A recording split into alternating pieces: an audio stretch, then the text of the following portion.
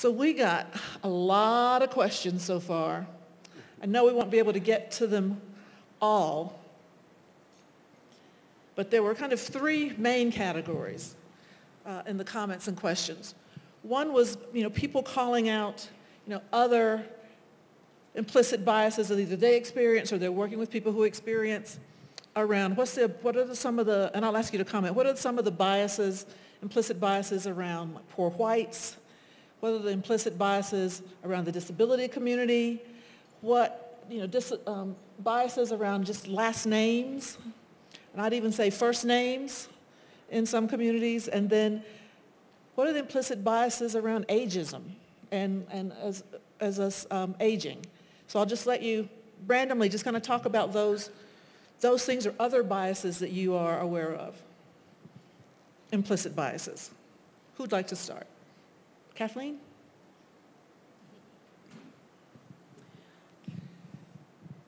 I think that what we shared in particular about racial bias is true of all the other kinds of isms that were just referenced. And if you take a look at the media and how different categories of people are portrayed, you will see evidence of those biases, and we are in fact absorbing those as well. I mentioned the implicit association test, and if you go online and check that out, it's like 40 different categories that they check, including all of the ones you just mentioned and then some. So our brains are always categorizing and organizing and making meaning, and because of the way people are portrayed and because of our history as a nation and how people have the advantages and disadvantages that people have had access to, those are all inside of us. So all of the research that we just shared about racial bias applies to all of those other isms as well. What I struggle with is when the bias is linked to your survival instinct. And on this side of the racial equation, black folks' bias against the medical industry is linked to our survivability. And that is probably, as you can imagine, a huge mountain to climb. Because what might be necessary is a self-examination of the net outcome of the medicine that you practice. What is the net outcome to this community?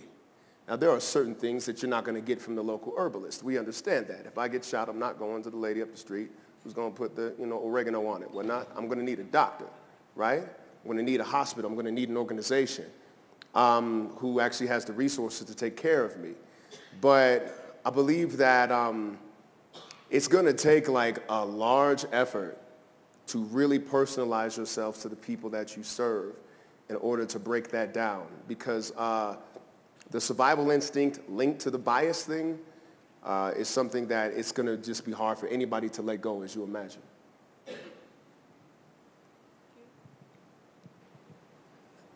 Well, I think, as Kathleen said, that we are primed to make these associations and assumptions about a lot of different groups.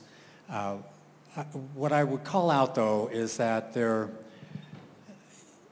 let me just use this example. The biases that come to mind, implicit biases about poor white people, is significant and important and different. That when you have, we've seen the law enforcement issues, we've seen the police shootings, and we see that there's an overwhelming number of police shootings of black men differently than any white man. Now, I'm not calling that out as one that they're both the same or that they're both equal or one's better than the other or worse than the other, but we see that there's a different impact based on, but the bias is still there with these various populations, and there are different outcomes from that bias that we want to take into account. So it's just, it's something that when I think about what is implicitly in our brains, I want to go back over and over and over again to the wiring that happens, and how the wiring happens physiologically in our brains is due to what we are taught and what comes our way. It's not something that I was born with, but comes our way. So what's coming our way differently about these different populations, and what are the different impacts because of that? Something I want to pay attention to. I just wanted to respond to what Theo raised, which is the work that we are doing is about raising awareness of when the bias is kicking in, and it's not to say we shouldn't have them, but it's about intentionality. So it may be that a bias I hold helps me survive or helps me navigate the world. What we're talking about when we're talking about implicit bias are those biases that are operating unconsciously and having detrimental impacts, and ones that we don't want to have. So important to call out that I think some of the biases we hold about based on how we've been treated, those are legit, and that's not to say that we shouldn't hold those to take care of ourselves, but it's about being intentional about which are the biases that are serving my purpose. You know, others that come to mind for me as relates to race and gender, particularly for Black women, I'm watching the way in which Maxine Waters is being sort of dragged through the mud right now because she is requiring, right, that laws be followed, that rules are followed in Congress as we have some of these tough debates, and she's getting slaughtered. So being a Black woman that is strong often means I'm angry. I'm an angry Black woman. That's one that clearly is at the forefront. And then I just think about colleagues that we work with in Asian American and Pacific Islanders in philanthropy that talk about just that stereotype and bias about all Asian folks doing better, that really sort of the model minority kind of, you know, sort of stereotype that really makes their work really hard as we talk about sort of some of the ethnicities like Samoan populations, Cambodian populations, but those come to mind as well. Yeah. There was a thread in that about implicit bias that I'm presuming came from people of color, because there were comments about either they said as a person of color, or there are biases. We talk mostly about biases that folks may have against people of color, about people of color. But what biases do people of color have about whites? And some of those are people, you know, wrote their comments that they were strong biases, that they have to catch themselves. And so let's name some of those. What are some of those implicit biases that people of color have that are against their own values about whites? Well, I'll break that down real quick. It's just about we still, to this very day, still trust them more a lot of times than we do our own folks implicitly. And then when we get like a Black doctor, then it comes up like, okay, I can at least consciously talk to somebody who looks like me about it. When he did that experiment, it said that, that even Black people have a lessened compassion for themselves. That is true more times than you would think. And now, then there's the other kind of Black folks who have a deep training to see the other side of the equation. And then there are those of us who view whites very distrustfully. And that is something that will become more apparent to y'all as you go into these communities, especially because of what's been going on lately for the last few years. I feel like we regressed big time in terms of what unity might look like. But a reaction to that is that I got to look out for me. And oftentimes, white people do not have my best interest at heart. So there's two sides of the coin. I would just say, as a white woman doing the work, I take that as a given. That if I am doing work in a multiracial context, I don't presume that anybody in the room would trust anything I'm saying, any person of color, and that is trust that has to be earned over time. And so I think as somebody who works with young people or works with adults, being aware of that as a white person, that comes from a place because of the way we, white people, have legislated and created policies and done things to communities over hundreds of years, that why would someone trust someone who looks like me? And that has to be earned, and that's about building relationships. So I'm just, my blood pressure's going up now. I'm starting to sweat a little bit, you know.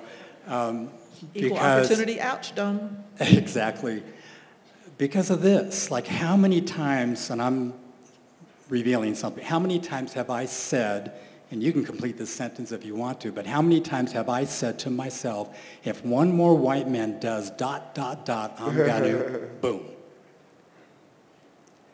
So the way that some of the biases have set in, I want to say that, yeah, I've got some bias towards white people and certainly towards white men.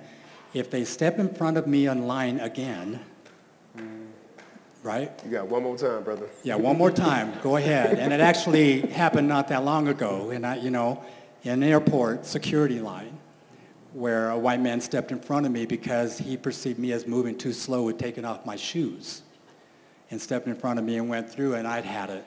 And I had just gotten through saying over and over again, however many times, if one more white does that, then I'm going to interrupt it. And he happened to be the one that got the gift. So, and the gift, I mean, I'm not going to take him down or anything, but I stopped and I looked at him and he looked at me and I just said, why did you do that? And he went, blah, blah, blah, blah, blah, blah. And he says, well, then you go ahead and go in front of me. And I said, no, you're there now.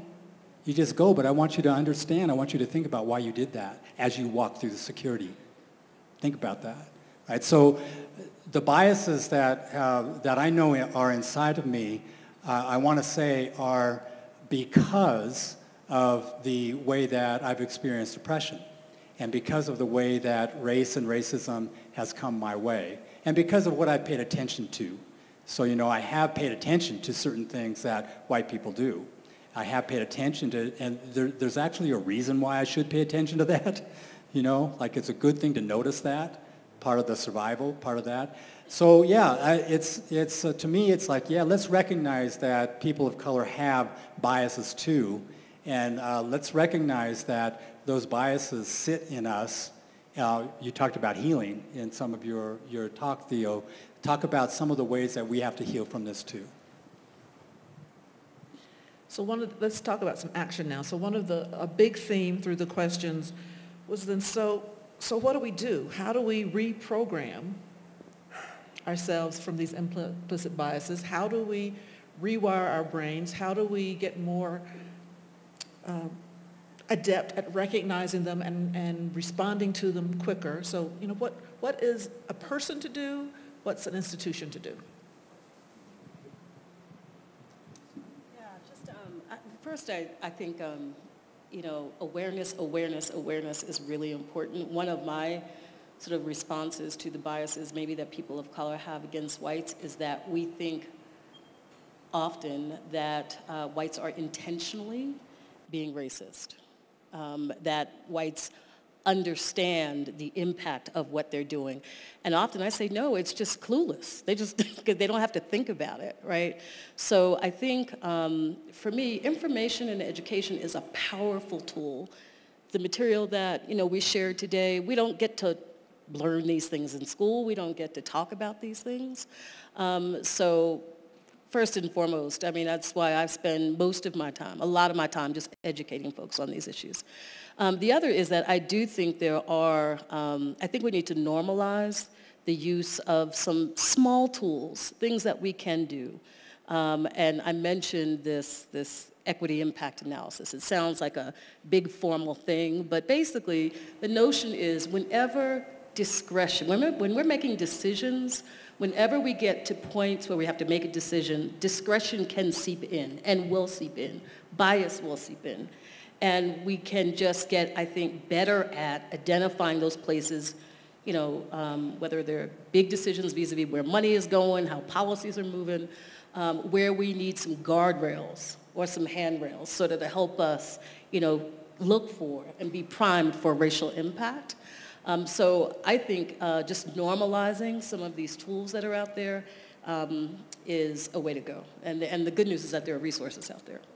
But awareness and then normalizing some of the practices that folks use. Let me let you answer those, but then I want to come back to the practices question. Oh. I think one of the tools I had to develop was cultivating a space within myself that I could live apart from the narrative of my political identity. I had to become more spiritually in depth with just the way that I was processing this stuff. Because I've physically been beaten by the police before. Like I got tied to a chair, handcuffed to a chair and beaten by the cops. And so that trauma got reawakened like in 2013, 2014, especially the incident with Eric Garner, because that was a lot how my incident looked as well. The only tool that I had was, and I don't want to get like wooey, but I had to get a little spiritual. And how that looks for you, I'm not attached to any ideology or religion, by the way. But I needed a space that I could go where I could just be me, apart from the narrative of me. And when I detached from the narrative of me, I also detached from the counter narratives. So I began to look at white people primarily as folks trying to get through this life like me and have a certain set of conditioning and programming.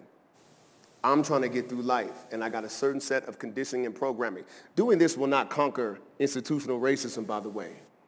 What it did for me is just give me the latitude to become free from the things that would traumatize me immediately and give me at least a barrier where I can negotiate this. Because what was happening to me was I was imploding. Every time a brother got shot, every time somebody got beat up real bad, you know what I mean? That was me, and I was identifying so closely. I was like, wait a minute. Who am I in this moment? Am I in immediate danger right now? Is somebody attacking me right now? Then breathe, bro. Breathe. And that began to be my practice. And I encourage everybody that when we talk about these external things, also get real internally about who you actually are as an awareness. I go back to relationships and to human connection. We live in communities and neighborhoods that are now more segregated than they were 50 years ago. So the chances that our kids are growing up and going to school only with kids that look like them are greater. So we have to make an effort. It doesn't just happen naturally because we have these unnatural arrangements that we've created. And when we have relationship, we get the opportunity to listen to one another's stories, and particularly for white people, listening to the stories of our friends and colleagues and neighbors of color, and just listening is a big part of what we need to do. And not rely on the people of color to process that with us, but to process that with other white people and understand what that is and what it means. And then, most importantly, carrying those stories into the boardrooms, into the decision-making venues, into the places where we have power, and never forget those stories. So they're informing the decisions that were made and the discourse and dialogue that we're involved in. I'll just add that for me, it starts with me looking in the mirror and staying awake. I like to use the metaphor of the Matrix, those of you who know the movie The Matrix, where waking up is how you get to liberation. And so the red pill in the Matrix, where you take the red pill and the reality of what's happening around me is revealed, and then I have to do something with that reality. In some cases, I have to look in the mirror and see what am I doing to maintain or perpetuate the inequities. And sometimes I look in the mirror and say, I need to heal from something. And sometimes I need to look in the mirror and say, what action am I going to take now? And what action am I going to take with others? So that staying awake is something that's important to me as an action for myself. And then I actually do take it on to try to help others wake up. So I used to go around carrying red and blue M&Ms. And in certain settings, if somebody said something or did something, I'd go and just drop a red M&M on them. And some people who knew me knew that was code for, oh, he's seeing something I'm not seeing. And that's not to be arrogant about it, but red M&Ms have been dropped on me too, right? Because I fall asleep and sleepwalk into the matrix that's maintaining the conditions. So if we're going to change, for me, it's like it starts with me, but then I have to take my awakening and move it into social action. So every person in this room has dedicated their career and have dedicated their lives to making the people around them healthier and helping change their lives. So that's a given for everybody in this room. And we all work in institutions, some large, some small. And because we all have implicit biases that somehow leak themselves into decisions, how do we go back and look in our organizations and root out the policies and structures that we've unintentionally put in place that are negatively impacting people, impacting our work and the outcome of our work? What do we do? Yeah, no, I would start,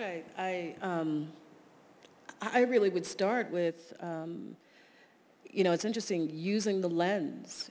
What's powerful about this work and the awakening and the increased awareness, I will say to all of you, you will start seeing things differently. You'll just start seeing things differently. And that's a good thing, actually. The more information, the more learning and education that we all do about this, we'll get more primed to see these, barriers that we put in place that are right in front of us, how we're hiring people, right, how we're promoting people. So that is a very practical tool, that impact analysis. It's 5 questions. It's actually 5 questions that you can go through in your head, or you can have a conversation about, right, with colleagues in your organization, colleagues on your board, about the potential impact of what you're doing, how you're investing, the services that you're providing with different groups. So that's one. I guess the other, Karen, I mean, you spoke very clearly about it before in terms of what the foundation's doing. All of the tools that I actually was sharing that we sort of created for foundations in particular don't work if the community that's most impacted isn't in the conversation, right? So that actually has to be part of the culture of the organization, is that you're having this conversation about the potential impact of what we do on Black folks, Latinos, Native, Asian Americans, gay folks, folks of different abilities with the constituency that's most impacted. So that then requires us to change our culture to ensure that we're engaging people that are hit the hardest. Yeah. I think I would just build on what Hugh said about looking in the mirror. Oftentimes we're doing this work and we're thinking about it as out there. But looking within our own organizations is a great place to start. How, if we have underrepresentation of particular people, if we have meetings in which some people dominate and others don't have don't have room to move in, if decision making is unclear, all of those things can contribute to an inequitable environment, which makes us less able to do the work and the mission-driven work that we're doing in the field. So starting there and listening to our own colleagues about what their experience is working in your organizations, it can be very difficult to do that, because I think we all, as mission-driven people who've done this work, want to believe that we're not part of creating oppressive environments, but we are. And so looking inside and then being aware always that if we have outcomes that are disparate by race, by gender, that's in the design.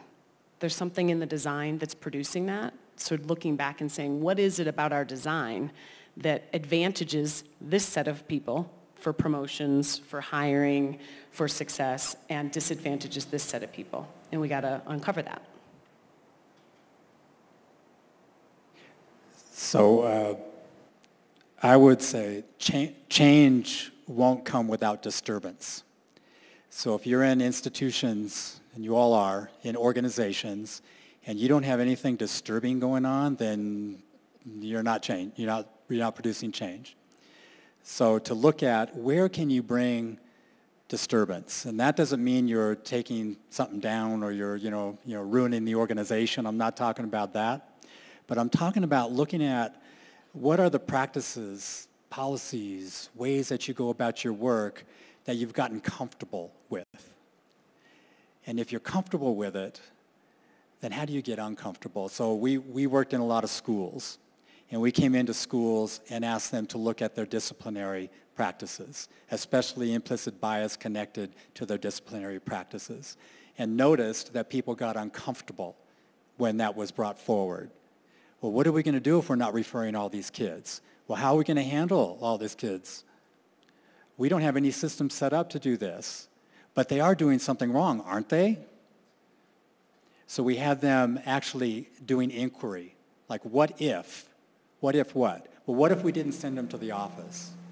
Well, what if we stopped sending our children of color to the office for what's being considered behavioral problem? What if we stopped doing that?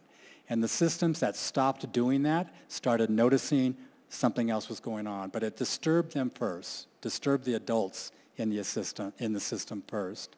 So I would say that if you can look at an inquiry, take an inquiry stance, like what is it that we are doing here that we've gotten real comfortable doing, and bringing in a question that produces some kind of disturbance, then you actually have a pathway to looking at something differently in your organizations. But if you don't do that, then you might be just perpetuating. Okay. Go ahead. I would say learn the history of the folks you're serving and where you fit into that. Because history is context. One of the most dangerous things about American society is that it's habitually ahistorical. We whitewash textbooks, and therefore we whitewash the narrative, and we wonder why we can't get things right with people of color. If you don't understand what your institution means historically to the folks that you're serving, you do run the risk of repeating that history. And so there are resources out there. I gave you a couple books to look into, but honestly, history recontextualizes the things that are going on right now and then gives you the right action by eliminating what wrong action was in the past. So I would say overcome America's addiction to erasing history. Add one thing to that, and it picks up both on history and disturbance. And all of this is regardless of where you sit in your organization, right? Because change around these issues often doesn't come from the top, right? We've actually framed something that we call leadership from the middle. And I can tell you, more of the foundations out there, organizations out there that are leading on issues of equity came from courageous disturbances from folks that were sitting in, program officer position, administrative assistant positions. So again, this isn't about position in terms of organizational and institutional change. It's about leadership, and leadership can come from anywhere. So I think that your last comments really lead into this, the third large theme of the questions had to do with, are there trade-offs? What are the trade-offs? Because some folks said, well, it seems like someone or some sector of society is going to have to give something up in order to achieve this health equity. And then kind of tagged on with that is, so then how do we have these conversations? How do we work towards health equity without framing it in such a way that white people feel blamed, feel antagonized, and feel defensive? Talk about that one. Let's stop defining race as a zero-sum game. I think there's definitely win-wins for everybody. This idea that if they gain, I lose, makes people aggressive, I think. It sets up an artificial scarcity model by which you are perpetually being chased down. That progress means that you're no longer the big shot. And that applies across you can say that for heteronormative folks. You could say that in any sector, ableism, you name it. The whole idea, the premise of the statement, all men are created equal, and women and trans folk and everybody, is that there is an innate human potential that cannot be wasted.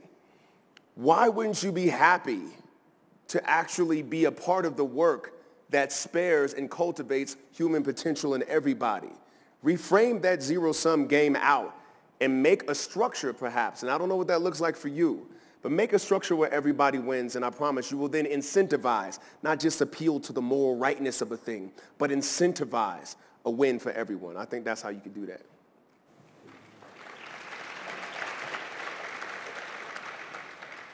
We draw a lot on the work of John Powell, who is at the Haas Center for a Fair and Inclusive Society at UC Berkeley, and he talks a lot about linked fate. And I believe that.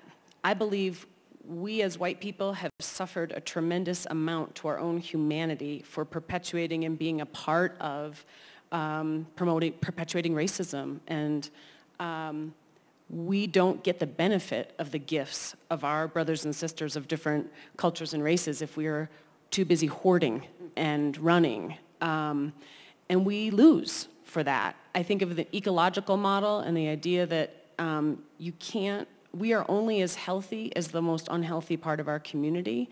And if I think about the community I want my children to grow up in, I want them in a community where all the children around them are thriving. They're not better off if there's some set of kids who are pushed out into an alternative school or pulled away into special ed and they just get all the good instruction to themselves. They aren't. The health of the whole organism and the whole community is suffering when we don't take care of one another, and we're all going to be better off if we take this up. Well, I just simply reject the notion that somebody has to give it up. I think that we do have the possibility of being in a win-win solution when it comes to any areas of inequalities. Now, for me, I have to come from that place in order to see it. We can have a win-win solution. We don't have to have populations that give something up in order for others to have something. It doesn't have to be that way. That comes out of a European, individualistic, cultural way of being. We don't have to accept that. We can actually come from all of our indigenous roots, because all of us have indigenous roots, and we can become more collectivist in how we are moving through the world and find those win-win solutions. I totally believe that we can do it. And I also know that if we find that, the win-win, that when everybody is lifted up, then we are in a different society. We have the research that shows that societies that have the most inequality, everyone's doing worse. Everyone is doing worse. From the 1% down, everyone's doing worse. There are some who are temporarily doing better, but they're only temporarily doing better. And in societies where equality is at the root, everybody's doing better. So we actually have ways of being collectivists and having it be win-win. So my response to that question is, yeah, I just don't accept that it has to be that way. It's real research, as you mentioned, Lived Fate and Frameworks Institute, who we've done a lot of work with, calls it shared fate. There's actually a lot of research that suggests if we can help people understand, white colleagues with power, about how their experience really is connected, there is a shared fate in this country, then we can unite people around sort of ideas and concepts that typically sort of separate us. I use the sort of criminal justice reform sort of policy conversations that are going on now. So, so I know that I too don't, it's something we can't fall for. We are organizers, though, and I do think we have to get savvy at messaging with different groups of folks. Ultimately, this is where it's coming from, but there are a number of things going on around the country around the business case for racial equity. People are using frames to bring folks in to better educate them on why this is ultimately good for all of us. And so, again, I think we just have to get sophisticated around our organizing and our tactics and our messages. Yeah. One last connection. I really believe we are very sick as a country, and I believe that racism is a public health crisis. So when we're all suffering, when we look at the state of the way that we are taking care of our children and our elderly and one another and the violence that is happening in our communities, it's an illness and it's a public health crisis that if we tackle together, I really believe we have a shot. But without taking it on head on, I think we're not going to get healthy. Let's thank these panelists for their contributions this morning.